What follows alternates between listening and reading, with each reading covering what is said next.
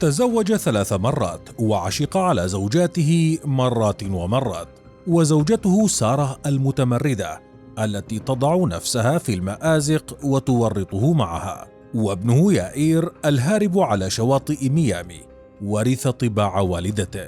فإذا خرج نتنياهو من مأزق سارة وجد نفسه في ورطة يائير، عائلة متطرفة وعنصرية أتقنت الاحتيال والفساد كما تصف وسائل إعلام عبرية. يعتقدون أن نتنياهو يواجه حاليا أزمتين، واحدة خارجية وهي غزة بالطبع، وأخرى داخلية تتعلق بالإصلاحات القضائية والانقسام السياسي داخل إسرائيل، لكنهم نسوا تماما جبهته العائلية والتي لا تقل سوءا عما يواجهه في الخارج. نحكي لكم قصتهم في هذا الفيديو، لكن قبل أن نبدأ لا تنسوا الاشتراك بالقناة وتفعيل زر الجرس. تنظرون الآن إلى الحاخام الصهيوني ناثان ميليكوفسكي. هذا هو جد نتنياهو، عمل كجامع تبرعات للصندوق اليهودي. أما والده هو بن صهيون نتنياهو، مؤرخ يميني متطرف كان يصف المسلمين دائما بالهمج.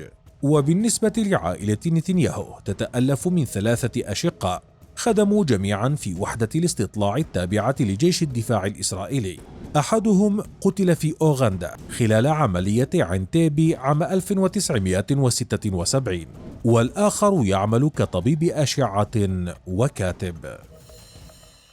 زوجاته وعشيقاته. ميريام وايزمان الزوجة الأولى لنتنياهو تعرف عليها عندما كانت تعيش بالقرب من شقته في القدس، حيث كان يقيم أثناء خدمته العسكرية.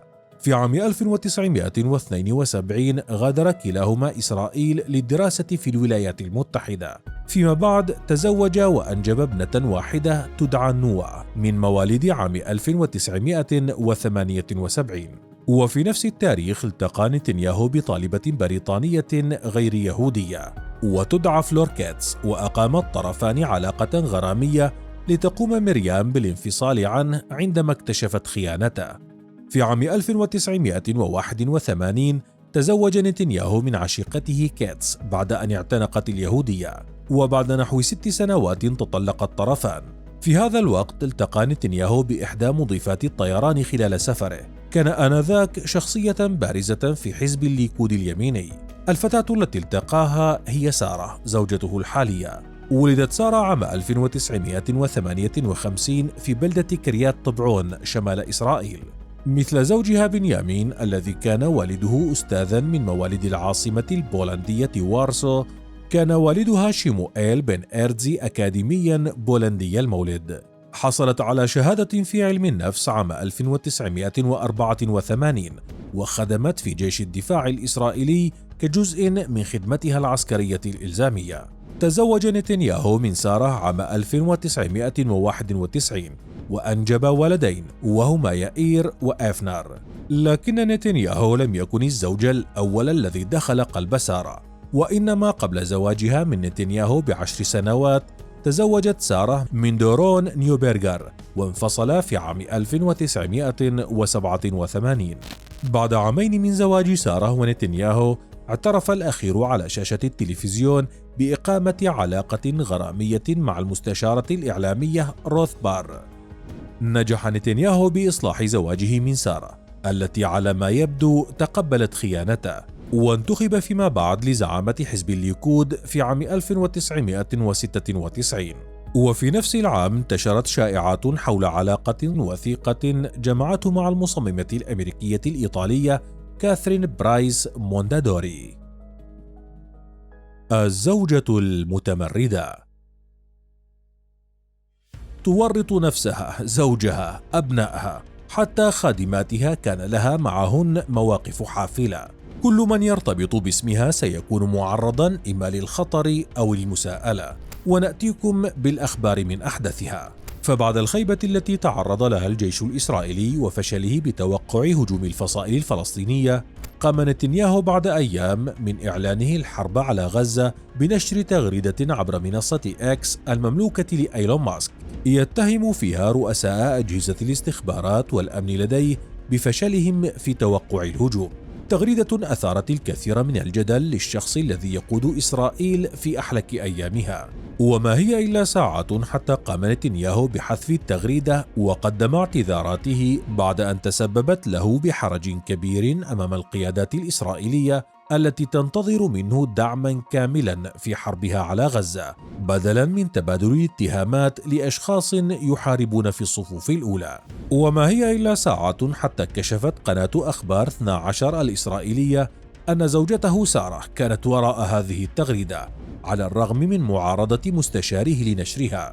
هذه ليست المرة الأولى التي تخرج فيها أخبار عن تدخل سارة بحياة زوجها السياسية، فقبل هذه التغريدة بأيام أشيع أن سارة رتبت لقاء له مع اللواء المتقاعد يتسحاق بريك، لكنها فشلت بجمعه مع نتنياهو بعد معارضة رئيس مكتبه. مستشارتها أيضا تسيبي نافون وجدت نفسها تواجه تهما قضائية أمام محكمة تأديبية بسبب المنشورات التي تكتبها على مواقع التواصل الاجتماعي والتي صنفت تحت بند خطاب الكراهية. تقوم تسيبي تقريبا بمهاجمة كل من تجده أمامها، من الفصائل الفلسطينية إلى الفلسطينيين والعرب، مرورا بالإعلاميين الإسرائيليين والمعارضين والنيابة العامة. وفي شهر آذار من هذا العام، عندما كانت إسرائيل تغلي وتفور من الاحتجاجات ضد الإصلاح القضائي الذي يقوض حرية التعبير في إسرائيل، كانت سارة تصفف شعرها في أحد الصالونات، مما أثار غضب الناس الذين تجمهروا حول الصالون وحجزوا سارة فيه لمدة طويلة قبل أن تنجح الشرطة في إخراجها. قام المتظاهرون بترديد شعارات مختلفة أبرزها: البلد يحترق وسارة تقص شعرها، وهذه عاصمة العالم السفلي. بالعودة إلى عام 2019 أدينت سارة آنذاك بتهمة الاحتيال المشدد، وقامت بدفع نحو 15,000 دولار كغرامة، وذلك بعد أن قامت بإنفاق أكثر من 100,000 دولار من أموال الدولة على وجبات طعام، بينما كان هناك طاه متفرغ يعمل لديها. وعلى المستوى الشخصي واجهت سارة 3 تهم تتعلق بالسلوك المسيء للعاملين لديها، وجاء في الاتهامات أنها تعاملهم كالعبيد. آخر دعوى جاءت على يد فتاة عملت لديها كعاملة نظافة تبلغ من العمر 24 سنة، وقالت الفتاة أن سارة أساءت إليها لفظيا، وادعت أنها بدت على وشك ضربها في إحدى المرات. وقالت العاملة أن سارة تفضل النساء المتدينات للغاية من المجتمع الأرثوذكسي المتطرف. ووفقا للادعاء فإن سارة كانت تمنع الموظفين من تناول الطعام خلال العمل وتوبخهم لطلب فترات راحة. وبحسب الفتاة العاملة فإن الشخص يجب أن يكون جريئا للغاية لطلب فترة راحة. وفي عام 2019 خرجت إحدى العاملات السابقات لدى سارة بتصريحات مماثلة. قالت العاملة إن سارة في إحدى المرات رفعت مكواة ساخنة في وجهها، وكانت تمنعها من ترك العمل أو التحدث إلى الأصدقاء أو الخروج من المنزل. وقالت العاملة إن سارة كانت تختلف تماما بوجود زوجها أو أحد أولادها، وكانت تخشى من الصراخ عليها أمامهم. وشددت على أن سارة لم تكن شخصا طبيعيا، وإنما تعاني من اضطرابات نفسية عدة. الأبناء الهاربين. يواجه أبناء رئيس الوزراء الإسرائيلي بنيامين نتنياهو انتقادات من الجنود الإسرائيليين بعد إعلان الحرب على غزة. غالبيتهم من الجنود الاحتياط الذين جاءوا من مختلف أنحاء العالم، واستهدفوا بشكل خاص الابن الأكبر يائير نتنياهو واتهموه بالتخلي عن بلاده. يبلغ يائير نتنياهو من العمر 32 عاما، انتقل إلى فلوريدا في وقت سابق من هذا العام، وهو مؤهل للخدمة الاحتياطية، لكنه يفضل التنقل بين منتجعات شواطئ ميامي على المجيء إلى إسرائيل والالتحاق بالجيش الإسرائيلي كما يقول معلقون. يائير ليس بأفضل حال من والدته، وكثيرة هي الفضائح التي لاحقت اسمه منذ أن كان في ريعان شبابه. ففي عام 2015 مثلا قال موبخا ابن الملياردير الإسرائيلي كوبي ميمون: هل نسيت ما فعل والدي من أجل والدك؟ لقد أكسبه صفقة ب20 مليار دولار، وذلك لأنه رفض إقراض يائير 100 يورو في إحدى سهراتهما الليلية. ومن سوء حظه أن كلامه سجل وخرج إلى وسائل الإعلام، وأوقع والده في ورطة كبيرة. ينشط يائير على مواقع التواصل الاجتماعي، ولديه العديد من الآراء المتطرفة، حاله كحال جده الذي كان يرى المسلمين كهمج. أما يائير فيرى أنه من الأفضل ألا يكونوا موجودين أساسا. أما شقيقه الأصغر آفنير نتنياهو صاحب 23 عاما يتمتع بمكانة أقل بشكل ملحوظ، وعلى الرغم من أنه لا يظهر على وسائل التواصل الاجتماعي كثيرا، إلا أن حسابه على انستغرام امتلأ بوابل من الشتائم والانتقادات بعد إعلان والده الحرب على غزة.